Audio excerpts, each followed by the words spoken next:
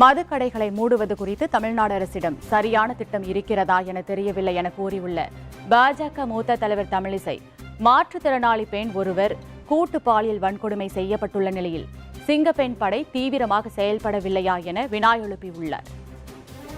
இல்ல, இது wine shop மூடுறேன்னு சொல்றாங்க. அதனால ஒரு சரியான திட்டம் இருக்குதான்னு எனக்கு தெரியல. ஏன்னா இன்னைக்கு காலையில பாத்தீங்கன்னா 4 இடங்கள்ல மக்கள் மறியல் செய்திருக்கிறாங்க.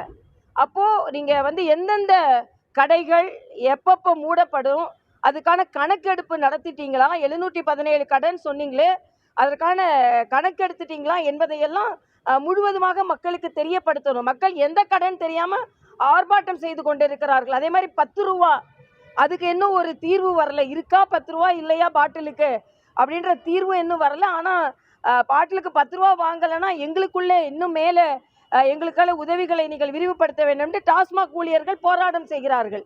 ஒரு வாய் பேச முடியாத ஒரு பெண் கூட்டு பாலியல் பலாத்காரம் செய்யப்பட்டிருக்கிறார். வந்த உடனே சிங்கப்படை வேலை செய்யும் அப்படின்னு சொன்னாங்க.